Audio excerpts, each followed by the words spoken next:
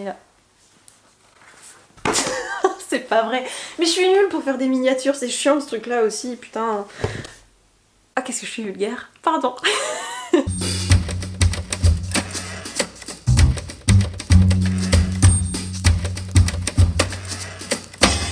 Hello mes petites brioches au maroilles, j'espère que vous allez bien. Je suis absolument ravie de vous retrouver aujourd'hui pour un nouvel update lecture sur la chaîne qui va être plutôt bien garni puisqu'on a 4 romans et 3 graphiques et dans le lot vous avez 2 coups de cœur, quelques excellentes lectures, donc je vous propose qu'on s'y colle tout de suite. Je vous propose qu'on attaque sur les chapeaux de roue avec un immense coup de cœur qui n'est nul autre que Les Enfants des Feuillantines. C'est écrit par Célia Garino et publié chez Sarbacane dans la collection Exprime. Dans cette histoire, on va suivre le destin de la famille Mortemer qui est constituée actuellement de 8 enfants âgés entre 2 et 24 ans et l'aînée de cette fratrie un petit peu particulière, c'est Désirée. Elle s'est retrouvée en charge légalement de ses frères et sœurs et de tous ses cousins, cousines parce que à la base de cette immense fratrie un petit peu disparate, on a 3 triplés qui ont connu un destin plutôt tragique puisque l'une s'est suicidée suite à un chagrin d'amour, l'autre est partie à l'autre bout du monde en effaçant toute trace sans prévenir personne, donc du coup on ne sait absolument pas ce qu'elle est devenue, et la troisième eh bien, est en hôpital psychiatrique suite à de graves problèmes avec l'alcool et les médicaments. Alors surtout ne prenez pas peur parce que c'est vrai que présenté comme ça on peut avoir l'impression que ça va être un roman un peu tire-larme, un peu dramatique,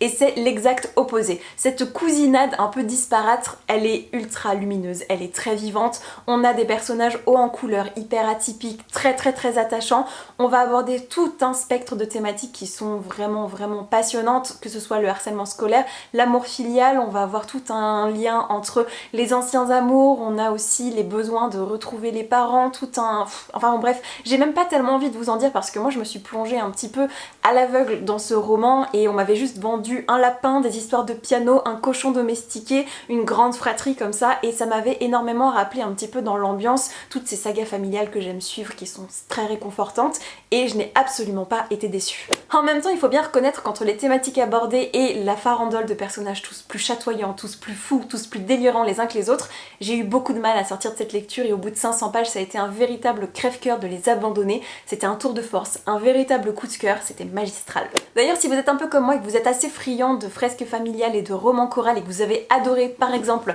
le fabuleux 4 sœurs de Malika Ferjouk ou encore l'extraordinaire Sauveur et fils de Marion Muraille, foncez sur Les Enfants des Feuillantines, vous serez absolument pas déçus. J'ai vraiment vu énormément de liens et de ponts se tisser entre ces 3 univers, c'est entré en résonance dans mon esprit, donc si vous avez aimé l'un ou l'autre, voire les deux de ces titres là, vous aimerez forcément celui-ci. On va rester dans cette ambiance hyper douce avec un roman jeunesse fantasy que j'ai beaucoup aimé. Il s'agit de Starfell, écrit par Dominique Valente et publié aux éditions Casterman. Dans ce premier volume, on va suivre l'histoire de Violette Dupin qui est une jeune sorcière qui vit avec sa famille quasi exclusivement constituée de sorcières hyper puissantes. Entre sa mère qui peut communiquer avec les morts et l'une de ses sœurs qui peut faire exploser tout ce qu'elle veut à volonté, la petite fille se retrouve un peu coincée entre sa grand-mère qui était une très puissante faiseuse de potions qui a un peu perdu la main suite à un terrible accident et son père qui n'a aucun pouvoir magique, donc qui est assez peu considéré, on l'aime bien mais voilà, il a pas trop son mot à dire, et la jeune fille elle oscille un peu entre les deux puisque elle a un pouvoir magique, elle peut s'en servir et elle s'en sert dans le village, sauf que elle a pas de truc absolument époustouflant, elle peut juste retrouver les objets perdus. Franchement, je conçois un petit peu qu'elle se sente flouée par cette grande loterie cosmique de la distribution des pouvoirs parce que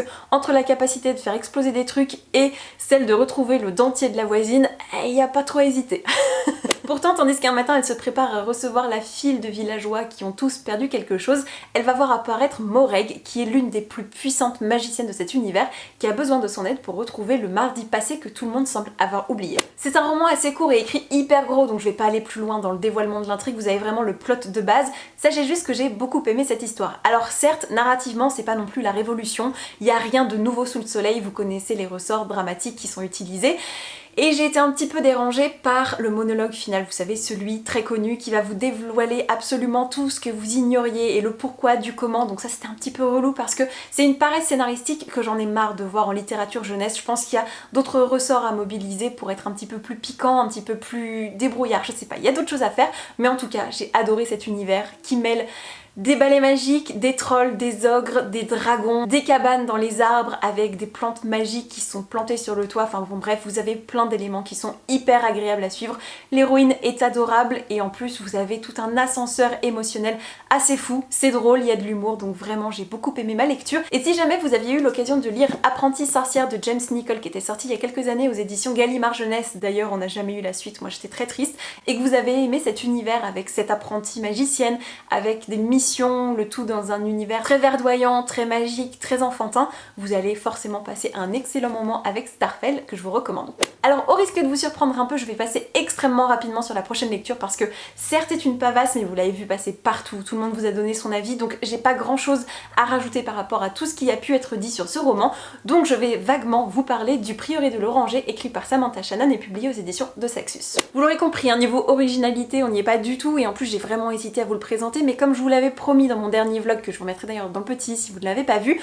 bah voilà, chose promise, chose due, je vous en parle, mais vous allez voir, ça va être rapide. Alors je pense que je suis pas la première à vous le dire, mais franchement pour faire un résumé de cette bricasse de pratiquement 1000 pages écrit tout petit, il faut s'accrocher à son slip, faut être ultra déterminé, parce que dans cette histoire, en gros, on suit un univers dans lequel les dragons ont foutu le bordel il y a à peu près 1000 ans, et depuis une partie de la population est convaincue que tant que la lignée Beretnet sera sur le trône, rien de mal ne pourra se produire puisque le chef de file des dragons ne pourra pas se libérer, et de l'autre partie du globe, à l'inverse, les dragons qui sont restants sont vraiment vénérés, il y a même toute une caste de dragonniers qui sont adulés de la population et qui sont là pour protéger le peuple.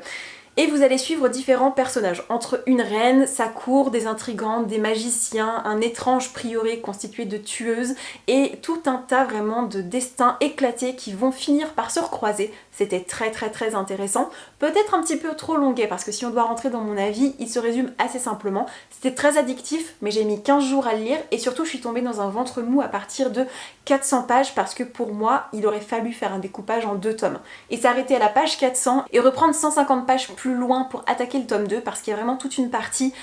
où il se passe pas grand chose et certes c'est agréable de se balader dans cet univers, de suivre les personnages parce que j'en ai trouvé certains très intéressants, leurs développements sont vraiment pertinents, mais c'est trop long et en fait à vouloir en faire trop, au bout d'un moment c'est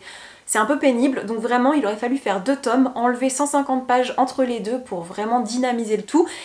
Et c'est d'autant plus dommage parce que ce découpage a impliqué que l'autrice précipite la fin. Alors je suis pas tout à fait d'accord, je pense que la scène de combat finale est somme toute assez satisfaisante. Alors oui c'est sûr que comparé aux 800 premières pages, on aurait pu en avoir 50 supplémentaires faciles, mais ça va, j'ai pas été particulièrement déçue par ça. Mais alors par contre, la résolution de tous les points d'intrigue avec les différents personnages, c'est expédié. En 2 pages, ah bah machin, il va finir comme ça, bidule, voilà ce qui lui arrive, fin, allez, adieu, clap de fin, je tire le rideau, capoute. Quand on prend autant de temps pour suivre des personnages, je sais pas, on n'a pas envie de les lâcher comme ça, donc ça c'était frustrant. Par contre, j'ai adoré la façon dont l'autrice dépeint les relations amoureuses. On a vraiment tout un éventail de diversité, on s'en fout du genre, on s'en fout de l'orientation sexuelle, c'est même pas questionné, c'est ultra limpide et c'est juste l'amour, c'est un lien entre 2 âmes et basta, le reste on en a rien à foutre et c'était vraiment rafraîchissant de lire ça, surtout en fantasy où il y a quand même souvent des notions de sexisme et c'est assez hétéronormé, donc vraiment c'était hyper appréciable, une très bonne lecture mais qui souffre parfois de longueur et de répartition du rythme. On est d'accord que c'était un peu hyper brouillon comme chronique, non, mais je voulais pas trop rentrer dans les détails parce que je veux pas vous spoiler,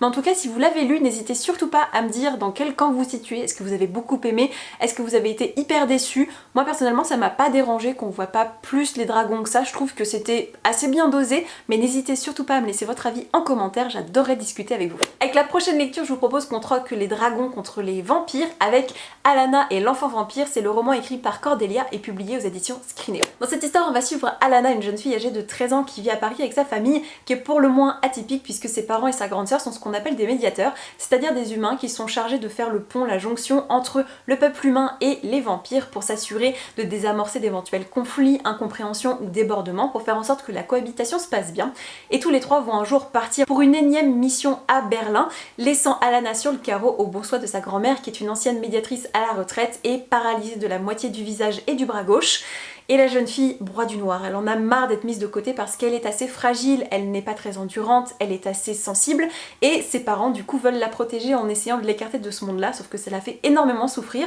Mais manque de peau ou alors chance pour elle, sa meilleure amie, quand un nouveau va débarquer dans le collège, va être persuadée que c'est un vampire. Ça va être le début d'une aventure à ne pas piquer des hannetons. Comme je vous le disais déjà en story sur Instagram pour celles et ceux qui me suivent là-bas, c'est pas une histoire révolutionnaire, ça casse pas 3 pattes à un canard, la plume est très verte, à la limite parfois du simpliste, surtout dans la narration interne parce que certes on suit une ado de 13 ans mais parfois il y avait, je sais pas, des redondances et des structures de phrases qui étaient un peu maladroites, un peu balourdes, mais pour autant c'était hyper fluide, hyper attachant. J'ai lu les 200 premières pages quasiment d'une traite pendant mon petit déj un matin, c'était vraiment chouette. Et surtout le gros point fort de cette histoire c'est la représentation, la diversité, c'est-à-dire qu'on a différents genres, orientations sexuelles, on traite du handicap puisque Alana souffre de douleurs chroniques, sa grand-mère a eu un accident qui lui a laissé des séquelles. Il y a tout un tas de thématiques qui sont abordées mais pas de manière frontale dans le sens où ça doit être sujet à polémique, etc. C'est juste limpide, c'est normal, c'est ah tu t'interroges sur ton orientation sexuelle, ok tu veux qu'on utilise le pronom neutre, pas de problème,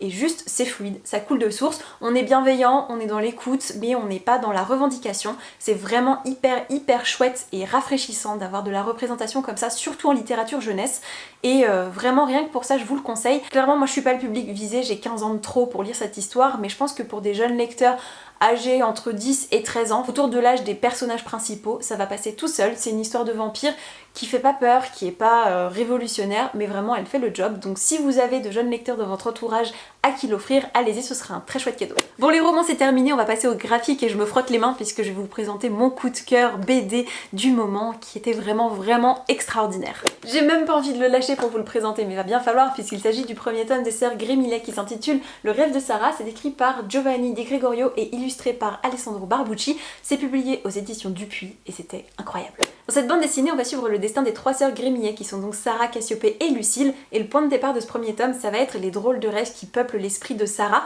qui toutes les nuits se voit perdue dans une immense forêt très luxuriante à suivre des petites méduses lumineuses qui l'emmènent jusqu'à une cabane en verre nichée dans un immense arbre. Elle ne comprend absolument pas ce que ça signifie et les jeunes filles vont commencer à mener l'enquête puisque certains éléments laissent à prouver que leur mère connaîtrait du coup cette cabane. C'est très mystérieux et je ne vous en dis pas plus parce que l'histoire a pris un tournant totalement différent de ce à quoi je m'attendais et pour autant j'ai absolument pas été déçue parce que c'était terriblement nostalgique, très doux, très mélancolique. J'ai adoré cette histoire, j'ai adoré le temps que prennent les auteurs pour nous poser les personnages, pour nous poser l'ambiance et en fait c'est vraiment dépeint comme quelque chose de très nostalgique et j'ai adoré le traitement graphique mais alors est somptueux. En même temps Barbucci qui est donc à l'origine de Skydoll, d'Echo mais aussi de Witch qui est donc une saga de BD que je vous ai présentée notamment dans mon dernier book haul que je vous remettrai dans le petit i et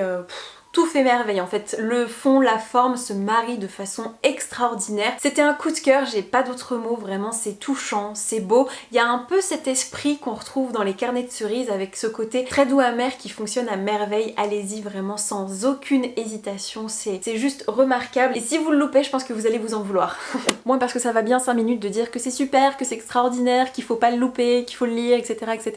On va passer à la petite déception de cette update lecture qui n'est nulle autre que Autour d'elle, le premier tome d'un manga qui est écrit par Shino Torino et publié aux éditions Akata. L'autrice de ce manga nous propose de nous plonger dans le quotidien de Michiru et Maya qui sont deux anciennes colocataires qui vivaient ensemble à la fac, elles étaient même en couple, elles se sont séparées, elles se sont même perdues de vue et 5 ans plus tard elles se retrouvent totalement par hasard tandis que Michiru est mère d'un petit garçon et les deux jeunes femmes vont décider de revivre ensemble de façon strictement platonique juste pour regrouper les solitudes, mutualiser les moyens, les budgets, etc. Ça partait d'un très bon principe parce que j'aime beaucoup ces récits tranches de vie très enveloppant, un peu tragicomique, enfin vous voyez ce mélange des genres, je le disais tout à l'heure, doux amer, c'est vraiment typiquement mon truc. Et il y avait de bons éléments parce que ce petit garçon est très mignon, en plus vous avez le voisin du dessous qui passe son temps à faire la navette parce qu'il aime être avec les jeunes femmes et ce petit garçon qu'il considère presque comme le sien parce qu'il y est vraiment fondamentalement attaché. Et il y a de très bons éléments, vraiment des réflexions assez chouettes et il y a tout un pan de passé, on sent que chacun doit vivre avec des casseroles, avec des douleurs, avec des choses qui ne sont pas réglées et les trois mis ensemble en fait arrivent plutôt bien